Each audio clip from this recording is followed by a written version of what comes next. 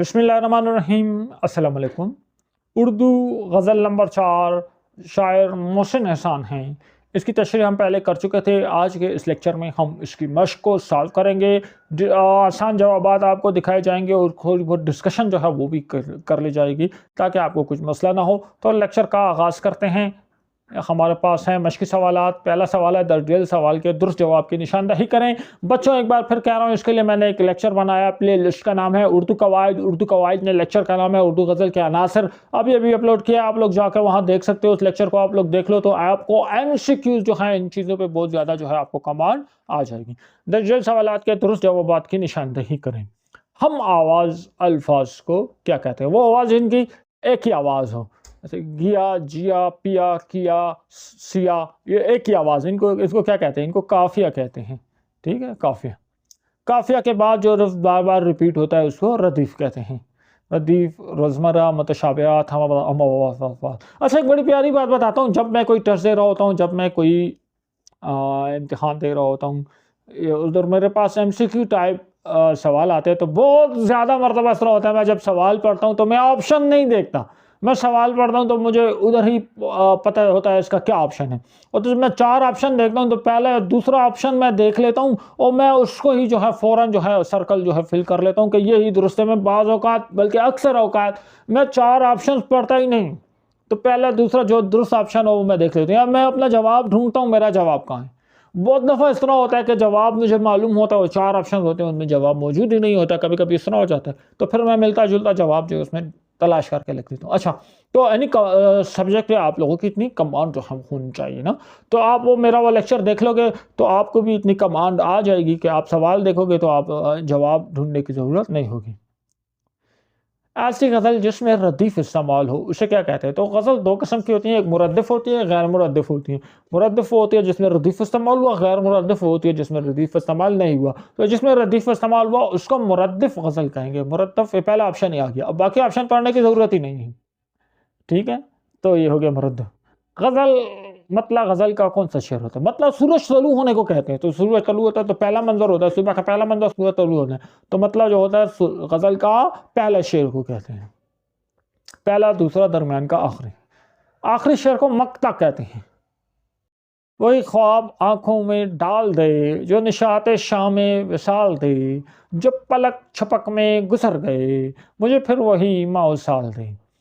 काफिया कौन से लफ्ज़ को कहेंगे? देखो, अब काफिया वो लफ्ज़ होगा जो एक ही आवाज़ होगी। ठीक है, तो अभी 4 देखो मैं बता देता हूँ, ऑप्शन नहीं देखते यार।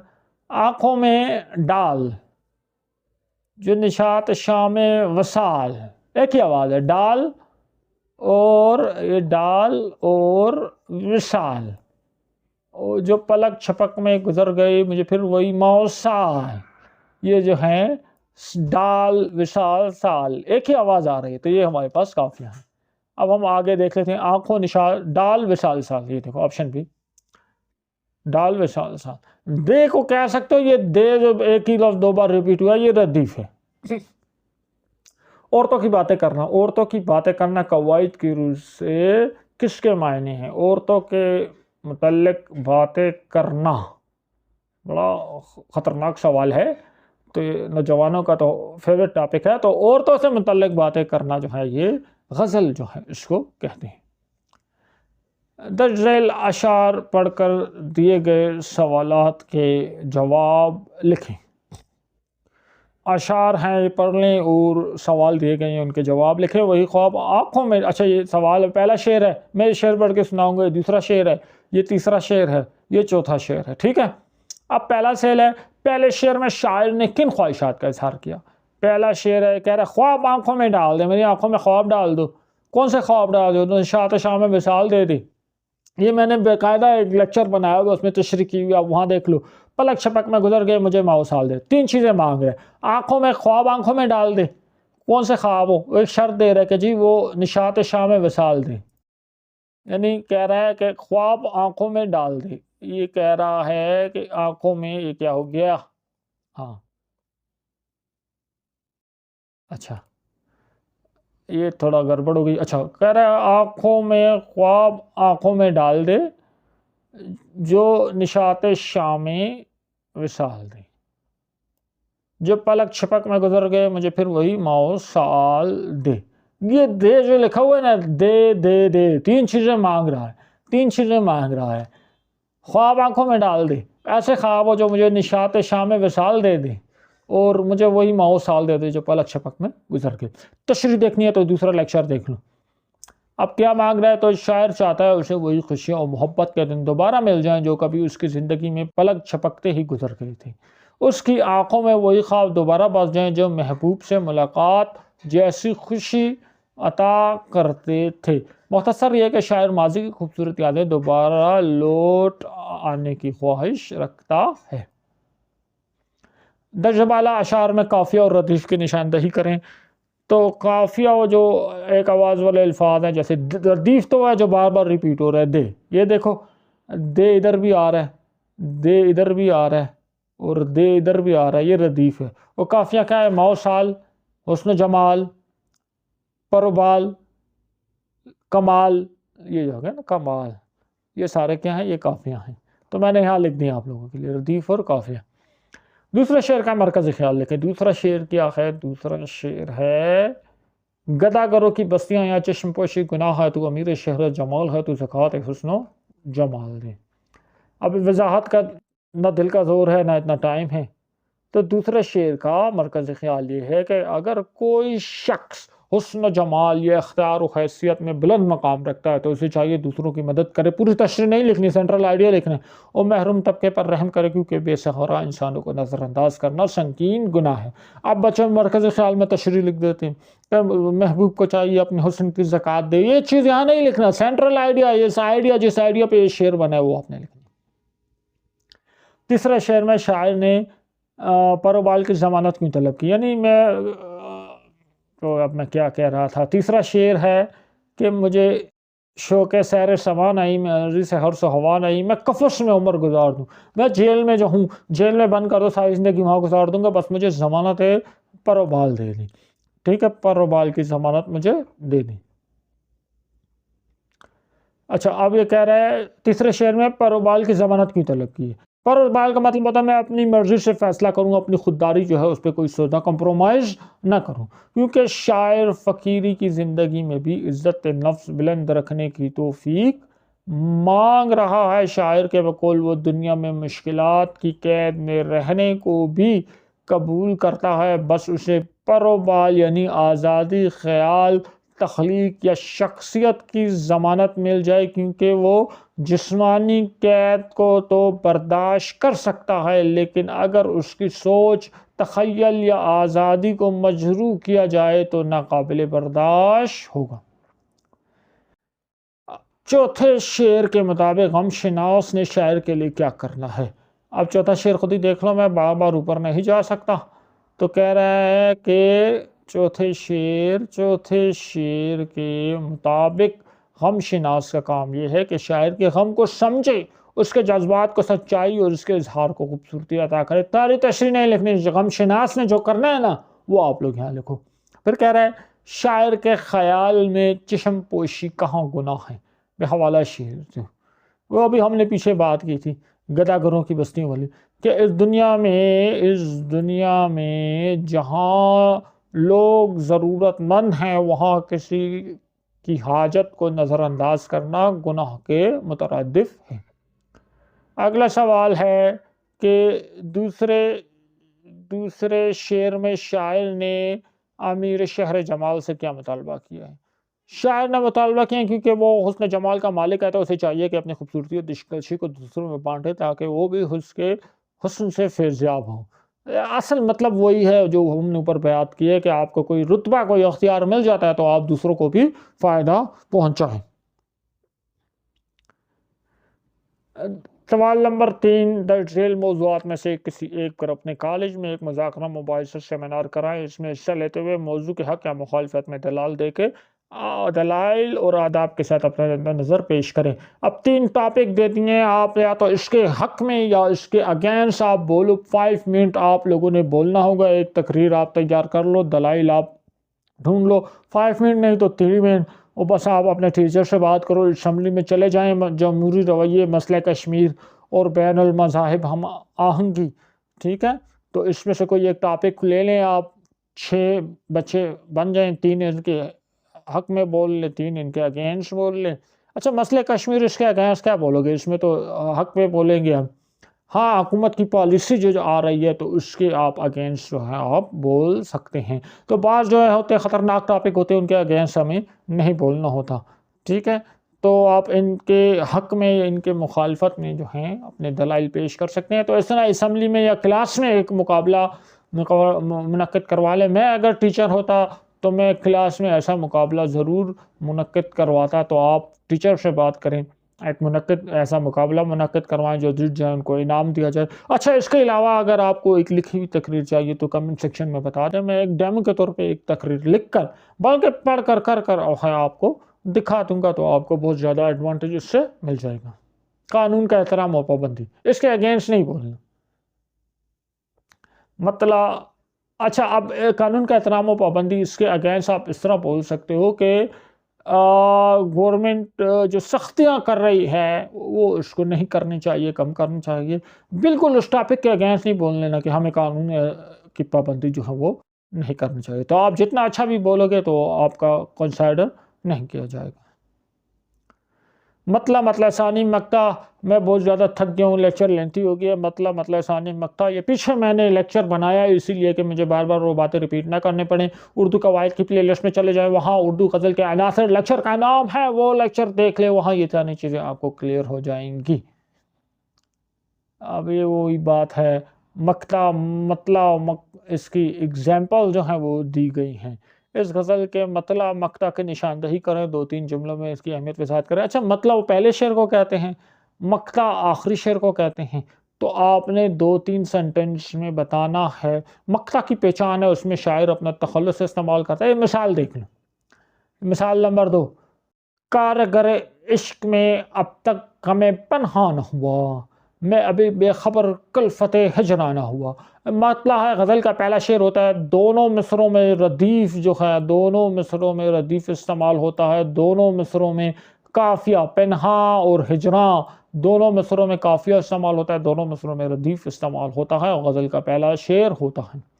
मतलाए सानी, इसमें भी दोनों मिसरों में काफ़िया और रदीफ़ इस्तेमाल होता है, लेकिन ये गज़ल का दूसरा शेर होता है। मानाए तश्ते नुरदी मुझे ज़ंदा न हुआ,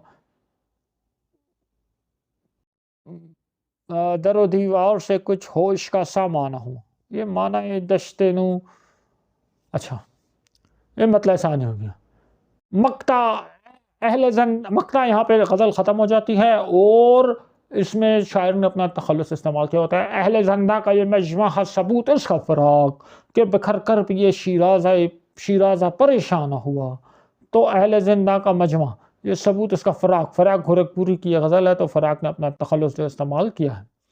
अच्छा, आगे सवाल नंबर 5 है, मजाजी और इस्लाही महज़र को पेश नज़र रखते हुए दर्जेल तराकीब को इस्तेमाल में लाकर तलबा आपस में गुफ्तगू करें। ये मुहावरे हैं, तो आपने आपस में गुफ्तगू करनी है, इस तरह गुफ्तगू करनी है कि उसके दरमियान ये मुहावरे जो इस्तेमाल हों।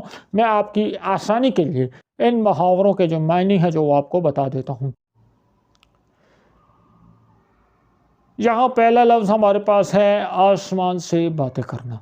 अब आसमान से बातें करना, तो ये इमारत तो आसमान से बातें कर रही है, यानी ये इमारत बहुत ज़्यादा बुलंद है। कोई चीज़ बहुत ज़्यादा बुलंद हो तो हम कहते हैं आसमान से बातें करना। फिर है हाथ दिखाना। हाथ दिखाना, अपने हाथ किसी को दिखाना, ये चीज़ नहीं होती। हाथ दिखाना मतलब किसी को हाथ पे इस तरह धोखा देना, इस तरीके से धोखा दे देना कि उसको समझ ही ना आए, उसको समझ ही ना आए कि उसको धोखा मिले, इसको कहते हैं हाथ दिखाना। शुद्धाबाज ऐसा हाथ दिखाता है कि देखने वाला हैरान रह जाता है। शुद्धाबाज जादू दिखाने वाले को कहते हैं। तो वो इस तरह अपने हाथ दिखा देता है, कोई चीज़ गायब कर देता है कि देखने वाले को समझ ही नहीं आता। सबज बाग दिखाना, किसी को लालच देना। जाली एजेंट ने बैरून मुल्क नौकरी के सबज बाग दिखाए। गिर गया याकूब, किधर चला गया?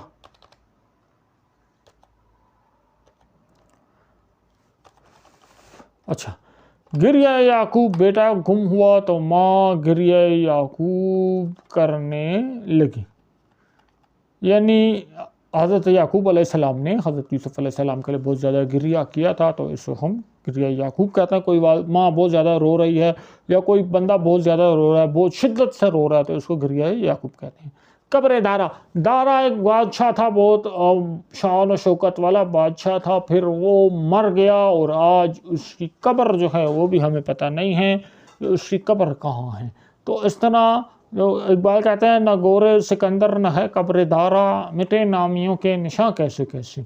तो कब्र दारा एक ऐसे मिसाल हम यहाँ कहेंगे कि एक बंदा कोई बहुत बड़ी चीज़ था और फिर उसको ज़वाल आ गया, आज उसका कोई नाम भी नहीं लेता।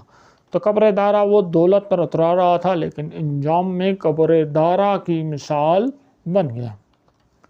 ईंट से ईंट बजाना, 2 ईंटें लेकर इस तरह मारो, ईंट बज गई। तो ये मतलब नहीं है, ईंट से ईंट बजाने का मतलब है किसी का हशर नशर कर देना, ठीक है, किसी को ऐसा सलूक कर देना, ऐसा हाल कर देना कि वो दोबारा कोई साजिश करने का सोचे ही ना दुश्मन का, ठीक है। कह रहा दुश्मन ने हमला किया तो पाक फौज ने उसकी ईंट से ईंट बजा दी, यानी पाक फौज ने उसके 6 तैयारे हवा में उड़ा दिए, उसकी ईंट से ईंट बज गई, इस तरह कुछ कर दिया, तो इसको ईंट से ईंट बजाना हम कहेंगे। आंखें दिखाना, इस तरह। तो इस तरह हो जाता है, हमारे घर में मेहमान आए होते हैं, तो अक्सर हमारे बचपन में भी होता था, तो हमारी वालदा मामा वगैरह जो होती हैं, तो मेहमान के सामने तो हमें टार्चर नहीं कर सकती, चप्पल वप्पल नहीं मार सकती, तो हम मेहमान आ जाए तो बच्चा जो है वो भी खिल जाता है यार, वो खूब शैतानियाँ करता है।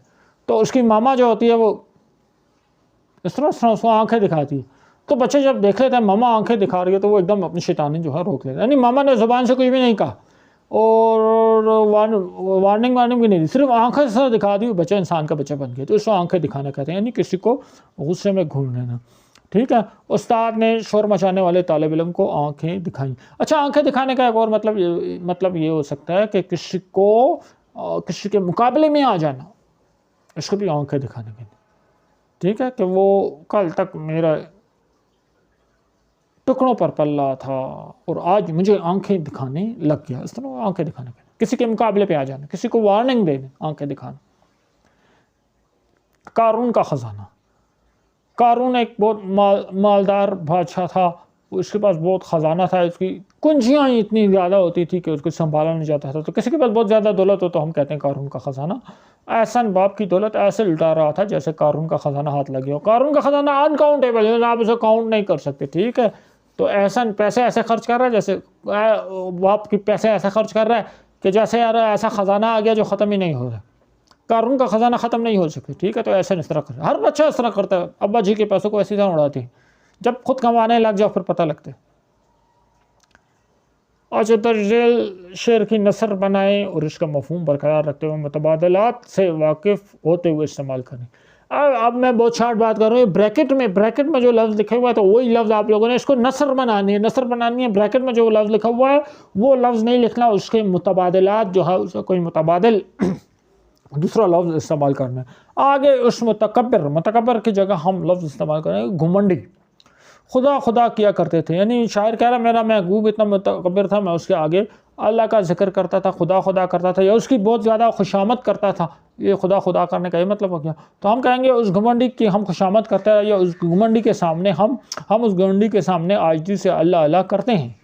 कब मौजूद खुदा की जगह हम रब परवरदिगार को वो मगरूर खुद आरा जाने हैं, लेकिन वो मुतकब्बिर खुद पसंद इंसान अल्लाह की मौजूदगी को नहीं जानता। अब मगरूर की जगह हमने यहाँ लफ्ज़ इस्तेमाल किया मुतकब्बिर, खुद आरा की जगह हमने इस्तेमाल किया खुद पसंद इंसान, खुदा की जगह हमने लफ्ज़ इस्तेमाल किया अल्लाह ताला, ठीक है। तो ये इसकी नसर बन गई है। असनाफ़ नज़म के महासन का तसव्वुर और शनाख्त इसमें इल्म बदी के तारुफ़ और इक़साम, इसके लिए एक अलग से लेक्चर बनाया हुआ है, प्ले लिस्ट में मौजूद है, आप वो लेक्चर देख लें तो आपको ये सारी चीज़ें अच्छी तरह समझ आ जाएंगी। इसके साथ ही हमारा आज का लेक्चर ख़त्म हुआ, उम्मीद है आपको अच्छी तरह समझ आ गई होगी। अगले लेक्चर में इंशाअल्लाह अगली नज़म की मश्क के साथ दोबारा आपकी खिदमत में हाज़िर होंगे। वीडियो पसंद आई उसको लाइक करें, दोस्तों के साथ शेयर करें और हमारे चैनल को सब्सक्राइब करें।